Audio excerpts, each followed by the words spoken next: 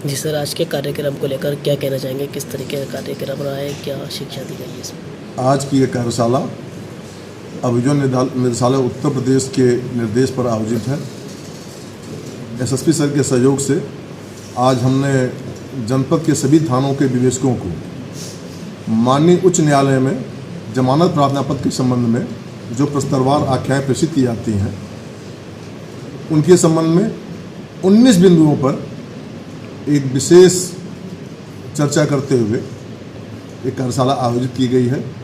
माननीय उच्च न्यायालय के निर्देशानुसार 19 बिंदुओं की एक चेकलिस्ट अभियोजन निदेशालय द्वारा सभी जनपदों को जारी की गई है। जो हम जमानत प्रार्थना पत्र माननीय उच्च न्यायालय से जनपदों में प्राप्त होते हैं और उन पर प्रस्तावार आख्याएँ थानों से विवेचक द्वारा जो माननीय उच्च न्यायालय में प्रेषित की जाती हैं उनमें एक 19 बिंदु का चेकलिस्ट है जिनको विस्तृत रूप से भरकर माननीय उच्च न्यायालय को प्रेषित की जानी होती है।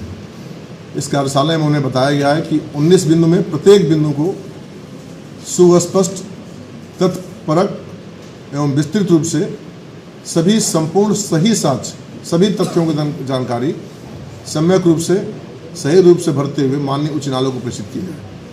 कोई ऐसी जानकारी माननीय उच्च न्यायालय को प्रेषित न की जाए जिसमें विरोधाभास हो। आपके द्वारा दी गई सारी सूचनाएं तथ्यों पर आधारित होनी चाहिए, केस डायरी पर और सुसंगत साक्ष्यों के आधार पर आधारित होनी चाहिए। विवेचकों को इस कार्यशाला में निर्देशित किया गया, उनको बताया गया कि उनके द्वारा जो प्रस्तरवार जमानत प्रार्थना पत्र, प्रस्तरवार आख्या माननीय उच्च न्यायालय में प्रेषित की जाती हैं, जो भी सूचनाएं हैं, जो भी आख्याएँ प्रेषित की जाएंगी उसमें जो हमारे अभियोजन निदेशालय द्वारा माननीय उच्च न्यायालय के निर्देश पर 19 बिंदु जो दिए गए हैं उसमें प्रत्येक बिंदु के बारे में गहनतापूर्वक परिशीलन और अध्ययन करते हुए स्वयं उस पर विशेष जानकारी रखते हुए, विशेष रूप से सभी तथ्यों का ध्यान रखते हुए उसको परिपूर्ण किया जाएगा और प्रेषित करने से पूर्व सम्यक अवलोकन करते हुए यह सुनिश्चित कर लेंगे कि सभी तथ्यों की जानकारी समुचित रूप से दे दी गई है, तभी अपने हस्ताक्षर करते हुए उसको माननीय उच्च न्यायालय प्रेषित करेंगे। आज की इस कार्यशाला में सभी जनपदों के विवेचक यहाँ उपस्थित हैं। हमारे सीओ साहब राजेश तिवारी जी हैं, पीओ राजेश यादव जी हैं, एपीओ हमारे ब्रह्ममूर्ति यादव जी हैं, समन सेल प्रभारी हमारे मौजूद हैं। सभी लोगों को इस बारे में हम लोगों ने गहनतापूर्वक जो अपेक्षा हमारे अभियोजन निदेशालय की थी उस अपेक्षा के अनुरूप हम लोगों ने कार्यशाला में उनको विस्तृत रूप से बता दिया। ठीक है, धन्यवाद। उस कोर्ट में आए।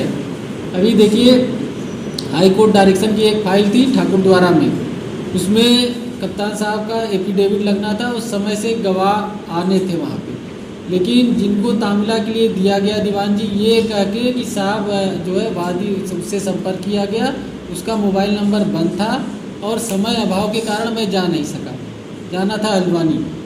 तो कप्तान साहब ने उनको सस्पेंड किया। सस्पेंड करने के बाद फिर एफिडेविट दाखिल हुआ। इसलिए मैं फिर से कह रहा हूँ कोर्ट वाले मामले में कप्तान साहब बेहद सख्त है और निश्चित रूप से कार्रवाई कर देंगे। कोर्ट के कागज़ों में बिल्कुल लापरवाही पसंद नहीं करते, इसलिए खुद एक लाइन पढ़ते हैं, उसका जवाब बनवाते हैं और समय से, चाहे सीए दाखिल करना हो, आख्या जानी हो, एंटीसिपेटरी बेल जानी हो, तो उसका समय से कागज़ पहुंच जाए, वादी का नोटिस हो। ये भी देखने में आ रहा है कि पैरोकार लेके बैठा रहता है, ना आप लोगों को देता है, फिर समय से ये नहीं पहुंच पाती, फिर कप्तान साहब को सीधे शिकायत करते हैं। तो ये विशेषता ध्यान दे लीजिए, अगर आपके पास जा रहा है वादी नोटिस है, सम्मन वारंट जो भी जा रहा है, ये आख्याएँ है, वो समय से पहुँच जाए।